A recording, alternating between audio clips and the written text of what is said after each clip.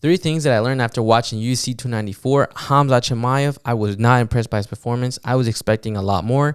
You're fighting a Kamaru Usman who didn't have a full camp, and you seem to struggle. Your cardio seemed to be an issue, and I feel like if the stakes are higher, if there's a belt on the line, he's just not going to get the job done. He has ways to go. The hype train has slowed down for me. I think the hype is still there, but he definitely has work to do. Second thing, Kamaru Usman.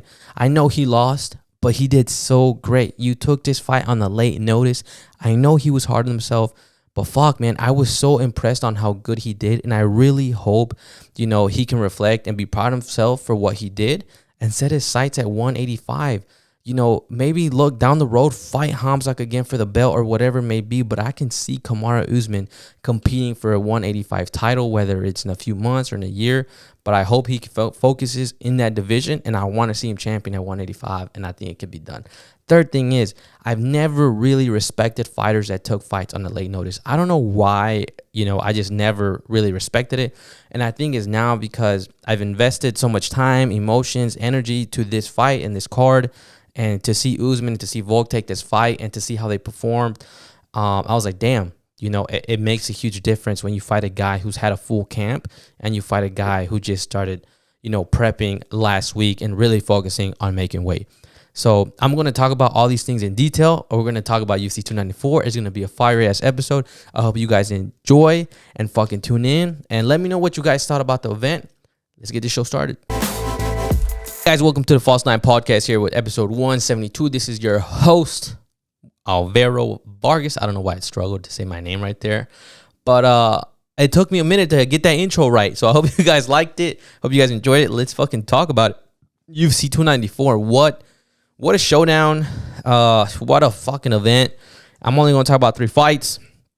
I kind of watched the early ones, but I was kind of cleaning and doing stuff around the house. But let's see. What's the first thing on the list? Before I jump into the fights, okay, here we go.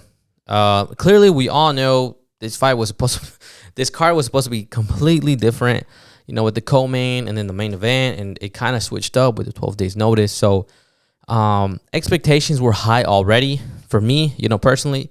And, when these announcements came up about the people filling in, like Kamaru, stepping up, and Volkanovski, I was like, fuck, man, like, let's go.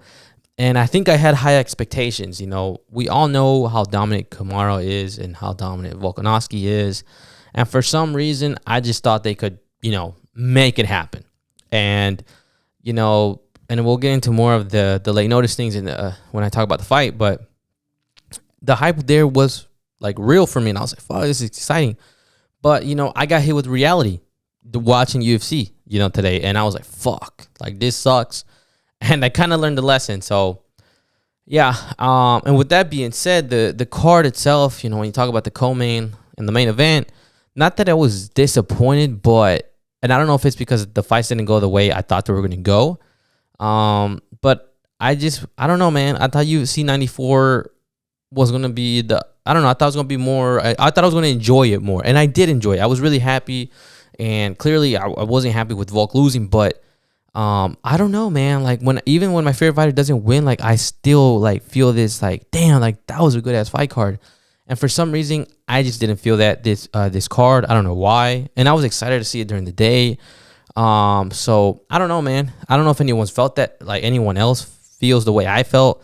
And like just knowing that these guys didn't have a full camp and then the fights went how it went, I was like, man, like they were just trying to make this card, happen. And luckily the guys that stepped up, they stepped up and made sure the card was still alive. It just, I don't know. I just felt weird. And to give it a scale, 1 through 10, this UFC card, I was expecting it to be like a 9.5. And to me, it was like a solid 6, maybe a 7. But I was just like, man, I really just thought this card was going to be better. I don't know. And kudos to the guys who won early in the early fights. Like I said, I wasn't really watching too much, just kind of coming in the room, out the room throughout those fights and big moments. So, yeah, I'm going to talk about the Johnny Walker and Ankalaev fight first. Let me just make sure I'm not missing anything before I get into that. Okay. Yeah, let's talk about that real quick. And so like, and this is why I say it's a 6 out of 10, because I had really You talk about the Johnny Walker and Ankalaev or the Great Goliath. And I know I'm messing up his name. But you talk about that fight. Ankalaev, he was supposed to be champion already when he beat Jan Blachowicz. And, people may feel different, but I truly believe he won that fight, and it shouldn't have been a draw, and he should have won. And, you're going to fight a Johnny Walker who clearly was ready to fucking go, and he was ready to fight and put himself in some pretty risky situations. And, I was getting excited. I was like, oh, shit, Johnny Walker is ready, and he wants to show us and the fans and the UFC that he's here to compete, and he could potentially get it done. And I started to believe that just by seeing, Johnny closing the distance and throwing what he threw. And I was just kind of like, oh, damn. Like, I thought I was going to see a more, just more patient, not, take the first steps, Johnny Walker. And he made Ankalaev, kind of step back a little bit and had him on his heels in a few moments here and there. And then there's that moment where he throws the knee and he kind of gets caught, and then he goes to the ground, and then he gets hit in the face or like in the neck, chin area, and it's an illegal shot. And, the fight's going now we're just waiting. We're just waiting. Okay, let him recover. We're going to see this fight. Let's get back into it. And it was I was just like, okay, cool. Like, it happened. Hopefully Johnny Walker, if he is stunned, like, let's recover from that, and, let's keep fighting. Doctor comes in, and I don't know what he asked. Apparently he asked him, like, where you at, or do you know what country you're in? And for me, the first thing is just like, why is that guy, the doctor, speaking English to Johnny Walker? I was like, I was screaming to the TV. I was like, bro, get a translator in there. Maybe he is hurt, maybe he's not. But, and if he was hurt, at least, as a fighter, Johnny Walker's going to, put a poker face on and be like, oh, I'm in so-and-so. Like, he's going to try and continue the fight because he wants to fucking fight. No fighter's going to be like, oh, I'm done. The fight's over. No, they want to keep fighting. So let's get a translator in there and fucking, and do this shit on the fly. Don't get a guy who speaks English. Hey, do you know what land you're, or do you know where you're at, what country you're in? And then I tell my girlfriend, I was like, what, if you had to right now answer that question, what country are they fighting in? Is it Abu Dhabi? Is it? And then, I was like, is it the United, I can't even say it. It's the UEE. I can't say it. But you know what I'm saying. And it's just like, that question itself is hard. I was like, ask him a different question. And Johnny Walker answers the question, I'm in the middle of the desert. And that's a valid question, because he's like, are you in Abu Dhabi? Or I don't and I still really don't know what country it is. I didn't bother looking it up. But it was very poor, very disappointing how, like, that protocol. And like I said, there's a language barrier. And I was just yelling at the TV. I was like, bro, somebody get a Portuguese translator in there and get, confirm that Johnny Walker, if he can pass this, concussion protocol or concussion test or whatever it may be. Because to me, he looked healthy and looked fine. Don't get me wrong. He did look a little stunned. But again, he's going to put on a poker face to continue the fight. And, he's a fighter. That's what they do.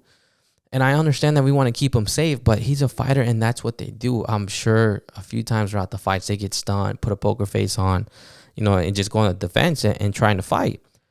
So it was very, very disappointing. And that's the first thing on the list to me that was disappointing on the card, and just kind of like killed my vibe. I was like, man, what the fuck? Like, I had high expectations. And we talk about this fight itself, like, if whoever would have won this fight is probably fighting the winner of Yuri and Alex Pereira. And it's like, what do you do now? Like, now we got to book. Do we book this fight again? After the Yuri and Alex Pereira, depending how that fight goes, do you kind of have to hope that it's a close fight, that you have to run it back for a rematch? Because if, like, Alex or Yuri gets a knockout, who's going to get the title? Johnny Walker on Ankalaev? And it's like, well, in my opinion, it would be Ankalaev because of the tie with, Jan. But it kind of sucks because Johnny Walker, if he would have won that fight, he probably would have got a title shot. And that's what disappointed me so much about this fight. And I was like, man, and I was so excited for this fight because, for me, it was like a 50-50 fight. And I had Ankalaev winning, that was my pick. And I was like, I think he can get it done. And it just didn't happen. And I was like, man, what, like, I don't know. I hope, in my opinion, I hope they run it back. They should run it back and just book it right away. whether in the next pay-per-view or the next fight night, make it the headline or co-headline. Like, fuck it, man. Like, just get that fight done and find your next contender, after for the Yuri and the Alex fight. Like, that's what should happen. And hopefully they take care of it, because these guys, both of those guys, went through a very, very, very hard training camp, like every UFC fighter does.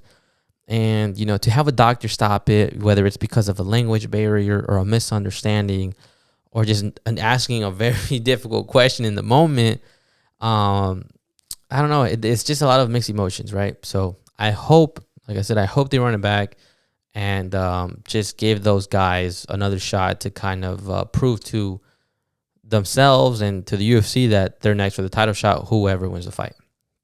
Now, let's move on to the Kamaru Usman and Chimaev fight. I wanted Usman to get it done. He's been a dominant champ, even though I wanted Leon Edwards to win the second fight. And yeah, like, I wanted him to win. Chimaev, clearly to me, was like, Chimaev should get it done. Like, Kamaru coming out 12-day notice. There's just no reason why he shouldn't finish Usman or just be so dominant. And don't get me wrong, the first round was very, very dominant, very one-sided on Chimaev's side. But, you talk about let me stick on the first round. Very dominant from Chimaev, but Usman did such a good job defending, on the ground, and his wrestling I don't know whether his knee was fucked up or not, or he does have fucked up knees, or he felt it during the fight. But to, stay in the fight, the fall, like about 4 minutes and a half, or just 4 minutes against someone like Chimaev that's so good on the ground, and it's so scary. And we saw how good he is on the ground. And you saw, Usman making his decision and staying in certain positions. And it's just like, wow, like, I don't know, man. It was really cool to see, amazing wrestling exchange between those two guys, or grappling exchange, whatever you want to call it. And I was just blown away from more of Usman to be able to handle that on a 12-day notice. I was like, bro, what? Like, that's insane. I thought he would have folded and eventually just given up his back, or just fall completely on the canvas, whether he's on his tummy or his back. And so I was really impressed with that. Second round comes. It's a very chill round. I think both of those guys are tired. And then, throughout the later of the second round, and you kind of see a Chimaev who starts to get tired. I was like, is he tired? And you see him eat a few shots. And I'm like, yeah, he's tired. Because, he got hit and didn't really react, just ate it. And then he got hit again. And I was like, yeah, he's pretty tired. And then he gets a takedown at the end, which is very still impressive to get it down, to take him down being as tired as he was. But the third round comes, and clearly Chimaev is just gassed. And Kamaru has some really good moments in that round, and Chimaev finds a way to get another takedown. But Kamaru just, he did really good. And like I said in the last episode, if anyone was going to get knocked out, it was Chimaev. Chimaev doesn't stand a chance standing up with Usman. I've said that too, and I still stand by that. So, and like I said in the intro, I was not impressed by Chimaev. I was really disappointed. I was like, is this it? And not that I was expecting a lot, but there's a lot of hype, on Khamzat and how he's dominated his opponents. And now you're fighting a Kamaru Usman who fights at 175, and he's coming off the couch on a 12 days notice. And I'm just like, is this the best you could do? Like, the stakes are high, because if he wins, ideally he should get the title shot. But after that performance, I don't think Khamzat is next for the title, if I'm being honest. In my opinion, the performance that Dricus du Plessis had against Robert Whittaker. Wait, whoa. I'm sorry. So I'm talking about two different classes. I'm not. Oh, damn, I got confused. Dricus du Plessis, that performance against Robert Whittaker was a lot more impressive than what Chimaev did against Kamaru Usman. Because we all know what Robert Whittaker can do, and Dricus was facing adversity, and we all were against him. And to put him out like that in style and fashion, and then ideally you're next for the title, but for some reason he doesn't take the fight.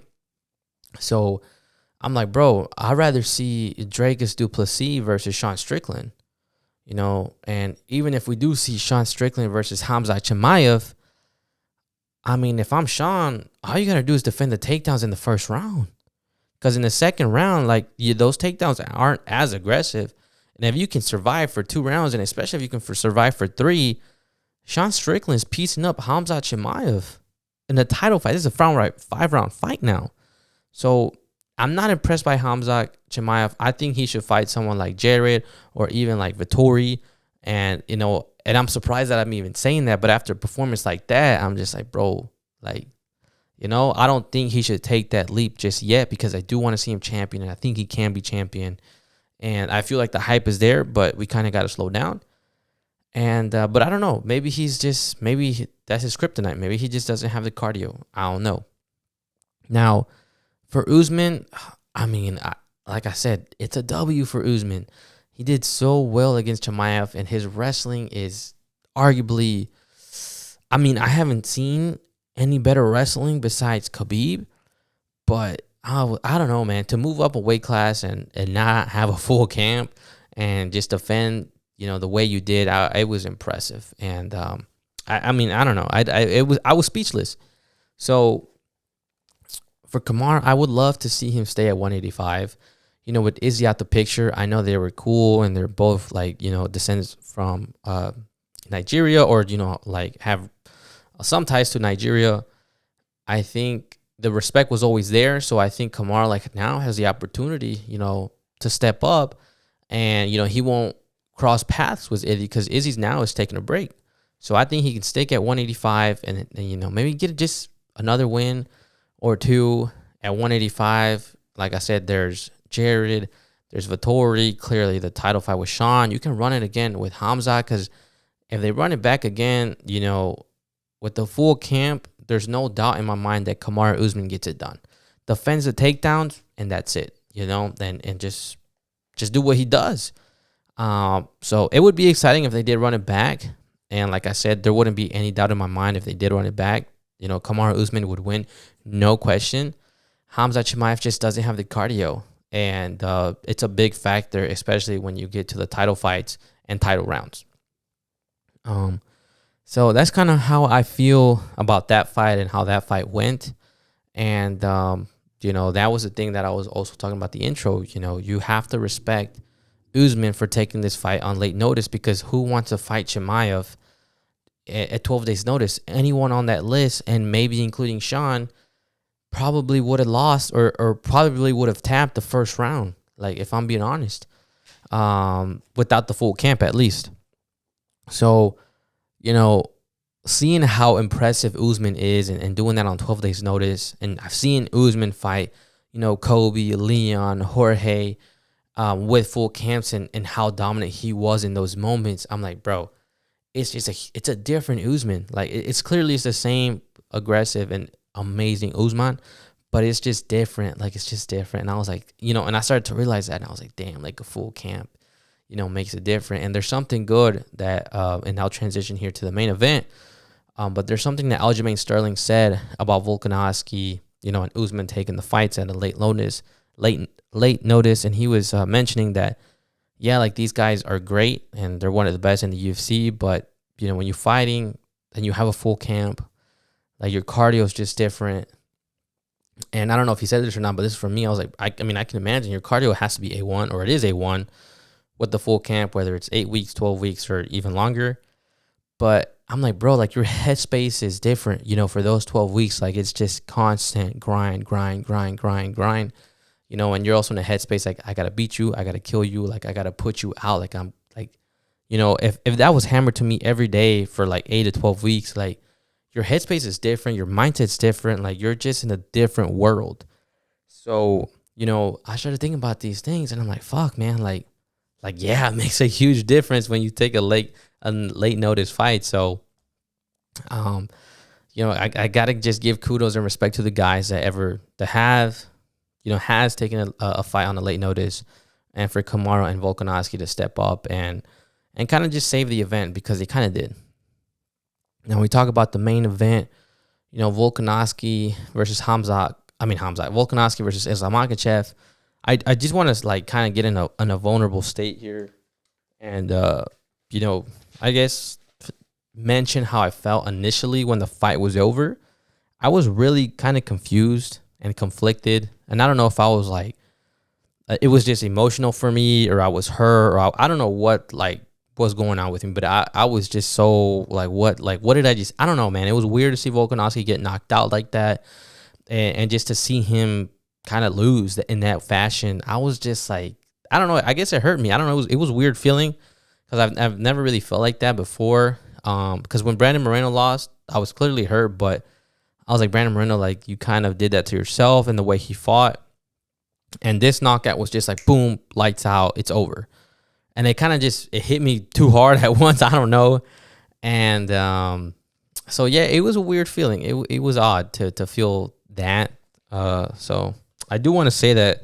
And I'm going to have, like, I guess the haters or the people that, like, laugh at what I say, especially, like, on the clips on the last episode. I was so confident about Volkanovski winning this fight.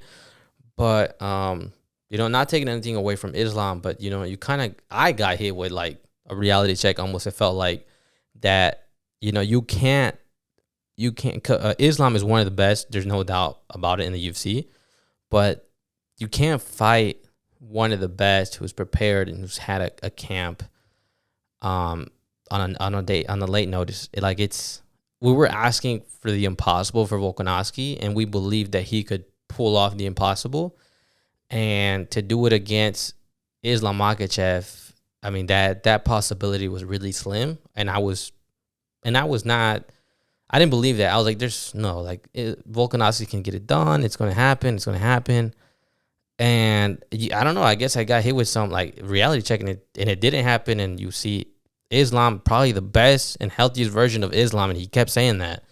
And we got probably the ugliest or the worst version of Volkanovski, and that's Volkanovski, you know, being the guy he is and the fighter who, like, he is one of the best. You saw how good Islam is and how fast he can take him out. So, yeah, just seeing that was weird. It was weird, and it felt weird. So it kind of sucked. It sucked, you know, it really did. But, you know, we're going to talk about, like, the props and just the fight. So before I really get into it, let me see.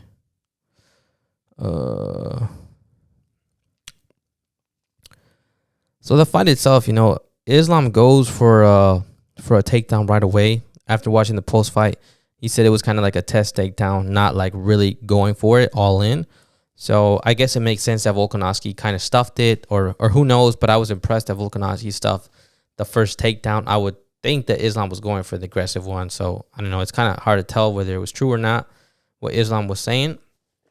They get into a grappling exchange in the clinch, and I was impressed that Volkanovski was, you know, had Islam on the wall. Then it kind of gets turned around. He gets hit with some fucking knees, and I'm sure one of them cut him. And then Islam shows him a beautiful fake kick to the body, and then just switches it up on him and kind of just clips him on top of the head. And Volkanovski's lights out. And that was it. And it was kind of funny. Not funny, but it was interesting to see Volkanovski recover so quick the way he did. I was surprised he got up that fast because he got hit with the heavy shin. And Islam Makhachev was complaining that his leg was hurting on the press conference or post press conference. And I was like, he must have hit Volkanovski in the head pretty hard, pretty heavy. So, yeah. And that was it. It was over. And I said this, you know, I think in April or March, but, you know, Islam, to me, I already know he has, again, one of the best striking in the UFC. I don't know how much power he has behind his strikes, and I'm still going to stand by that, but he's still one of the best. He will find your chin, and he will land. So I think it's interesting how people are like, you know, oh, don't underestimate his strike, you know, it's underestimated. And I'm like, you know, I've seen it. It's there. He doesn't need to use it in some occasions. But he clearly showed that in the first Volkanovski fight. And in this fight, he's also showed that he can land some nice kicks And I mean, he faked the body shot and then just switched up last minute and just caught Volkanovski.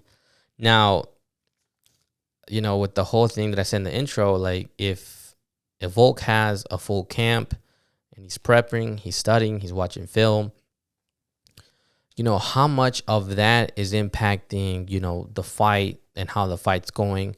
Because clearly the same thing could have happened if with full camps and everything. But you start to ask yourself these questions, as at least me, or I did. And, you know, this is where I started to feel very conflicted and very confusing. So, like I said, just weird watching all that and how it went down. And also why I think, or one of the lessons that I learned watching UFC 294 was, you know, taking a fight on the late notice is not something like, what is it? Like, it's serious. It's a big deal. The risk are very high. And, you know, Volkanovski, you know, saw, you know, what the risk can be, and everyone else. But, you know, props to Islam for becoming a dominant champ, or becoming, you know, defending his title for the second time, I believe, against Volkanovski, you know, twice. And talk about Volkanovski first and what he should do, or what you know, his post-fight interview. It was sad to see Volkanovski hold back his tears. You know, I was just like, fuck, like, I don't know, like it sucked. It was sad because clearly you could see that he wanted it. He wanted this more than anything, and he kind of got vulnerable. He said that he was going through a hard time, you know, not being active and wanting to fight, and he kind of just made a decision to fight Islam, whether that was the right one or the wrong one. But it's just like, imagine if Volkanovski does pull the upset and he does the impossible. You know, everyone's going to be talking about how Volkanovski is one of the best and everything. And, you know, all those accolades that come with winning against Islam Makhachev. And we have to give a lot of credit to Volkanovski for taking this fight and putting himself in that situation, because, you know, like, imagine, like, dream big, imagine the impossible, you know, don't let dreams be dreams. And that's what Volkanovski did. And unfortunately, he just couldn't get it done. But to set yourself in a position where you can create one of the craziest stories in the UFC, to put yourself in a position to just, you know, like, create like a crazy ass moment in the UFC. And that's what he tried to do. And he attempted that. He tried it. And if anyone could have done it, it probably would have been him. But he couldn't get it done. And I don't know. If I could tell Volkanovski, I wish I could. I'd be like, hey, bro, like, you tried. Like, you did the impossible. You wanted to do the impossible. You wanted to do something that probably no one's had ever done.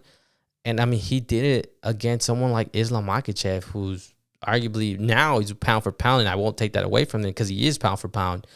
But he tried to, like, pull the biggest upset probably in UFC in a 12 days notice. He put himself in that position. And I mean, we can't, like, really say anything bad about Volkanovski in this fight. Like, we can't. So I hope he recovers. I really don't want to see him fight in January. I think he needs to step back. I think he needs to get healthy and just really just get healthy, you know, because we've seen fighters where, you know, this is his second fight, his second loss this year. I think he only had one loss before the Makhachev fight. So, you know, you suffer another loss this year. And you defended your title against Yair, which was amazing. But Ilia Topuria is no slouch. He's nothing to play with. Like, nothing like, it's not, from Yair to Ilia is a big difference. So we kind of have to, I think he has to be careful and kind of not diminish a little bit of his legacy and protect his legacy, because, you know, I'm pretty sure he got concussed. And it's just like recover from that. And by the time he's probably healthy to train again, it might be, you know, November or middle of December. And you want to have a training camp of 4 to 6 weeks. And you're coming off a loss. And who knows where your headspace at. It's just like, I don't know. I just rather him wait and fight in like March or April, if I'm being honest. So hopefully that's what Volkanovski does. And just stick by that and not jump too quick, because we've seen fighters where they'll kind of just jump the gun too quick and want to get back in the ring. And I hope Volkanovski doesn't do that. Last thing I do want to mention, talk about Islam. What's next for Islam? What does he do? Dana White said that, at 155, Charles Oliveira should be next. And if it's between Gaethje or Oliveira, he says it's Oliveira. So hopefully we can see that. Charles is my second favorite fighter in the UFC, and I would want to see him back in the ring, as soon as possible. Islam Makhachev has mixed emotions about that, clearly. He says that, he wants to fight at 175. And this is what annoys me and bothers me about Islam, and I'm going to keep saying this. Don't get me wrong. He's pound for pound. He's the best right now in the UFC. I'm not going to fucking take that away. But I don't understand why, you beat Bobby Green and then you fight Charles Oliveira. You beat Charles Oliveira in a dominant fashion at 155, and he's at 155, and he was like the guy at 155 before Islam Makhachev came in the picture. And then he kind of went for a mega fight against Volkanovski, who's, coming up from 145. So he didn't really defend his title like someone who fights at 155. And I was kind of giving Islam a lot of shit for that, because he kind of lost, in my opinion. He still lost to that first fight against Volkanovski. And I kept saying, like, well, he's never really fought this person. He hasn't fought this person. And he kind of lost to Volkanovski. And now, hearing him talk, and he's just kind of saying that there's no competition for him at 155. That's what doesn't sit right with me. I'm like, bro, how are you looking past your own division? I get you beat Charles Oliveira in a dominant fashion, but the preparation for each fight for these fighters, they're completely different on Islam's side. And whether it's Dustin Poirier or Justin Gaethje or Michael Chandler, I don't know if I'm missing a name, like Charles Oliveira, Beneil Dariush. The fight against Beneil Dariush, that fight to me is very competitive against Islam Makhachev. The fight against Charles Oliveira, again, that fight to me is very competitive. I know a lot of people are going to make fun of me. I think the fight with Michael Chandler is very competitive. I see those fights competitive, and, when you prep for those guys, it's a different camp. You got to go through a camp. You got to go through a weight cut. And it's just I don't know, why he doesn't want to fight people at 155. I just don't get it. And even before he became champion, he'd never fought anyone ranked at 155. And I'm just like, why do you look past that division? Why do you look past 155? Don't get me wrong. He probably would beat all those guys at 155. But look what Leon Edwards did to Usman. Look what Juliana Pena did to Amanda Nunes. Crazy shit happens in the UFC fight game. And it's not that I want to see Islam Makhachev lose, but we give Khabib so much praise for this and that and for never really losing a round. And Islam Makhachev has lost rounds and, to me, arguably lost a fight. But I'm like, I just want to see you dominate 155. I want to see you beat Gaethje, no question. I want you to beat Dustin Poirier, no question. If Michael Chandler, no question. If Conor comes back and he gets 2 wins under his belt, that fight's there too. I don't know. I want to see him at 155, and to want to jump to 175. It's a big, or 165. I'm sorry. It's a big leap, and obviously it's a challenge for him, and he thinks it's a better challenge than 155. I'm just like, why do you want to jump to 165 so fast? Why do you want to get this double champ status so fast? I get it. I really do. But I feel like to have the double champ, just to even get that in the conversation, you got to be the guy in your division. You got to be that dominant champ where, there's no one else you should fight, can fight. So now we can give you the opportunity at 165. So that's just kind of how I feel. And it kind of bothers me that he kind of just looks past his own division. And part of me feels like he doesn't want to fight at 155 is because of the weight cuts. You guys might think you just don't like Islam. But I'm like, why else doesn't he want to fight at 155? Because to say that there's no competition at 155 is fucking crazy to me. Even if you're Islam or Khabib, bro, if Khabib did it, why doesn't he do it? That's where I'm like, and we talk about Khabib all the time, and especially now with Islam. So it's if Khabib kind of showed you the road, Khabib never talked about moving up, and maybe he would have eventually, but at least he dominated his division. That's all, and I want to see that from Islam, and I don't think I'm asking for a lot. You know, and we were kind of going to see that with Charles. Like, okay, if you would have beat Charles, okay, fine. You know, Justin Gaethje's next. You know, whatever. And then, you know, we move on, and who knows what happens after that. But you defended your title against someone at 145. You haven't defended your title against anybody at 155. So it's just like, why do you want to move up? So that's how I feel. I just want to see him fight at 155, and that's it. Whether that's for a year or a year and a half, just stay at 155. And then, like, you know, go to 165 and try and get double champ status. But to get double champ status, you have to establish yourself at 155. And he hasn't. The other thing is, you know, what a good thing I guess I could say about Islam is that if he does fight people at 155 and decide to move up at 165, I think he can surpass, like, probably anybody in the UFC as far as career-wise, because he's really fucking good. Don't get me wrong. And he can arguably eventually go down as the best in the world. If we see him active, he's young. If I'm not mistaken, as I saw today, he's either 29 or 30. So, I mean, we can still get a lot of Islam Makhachev, and he can surpass his teammate or his mentor, someone like Khabib. I see it possible, especially if he establishes dominance and decides to move up. So I really hope he decides to take that road and that path and challenge himself to those opponents and to a division up if he ever decides to do that.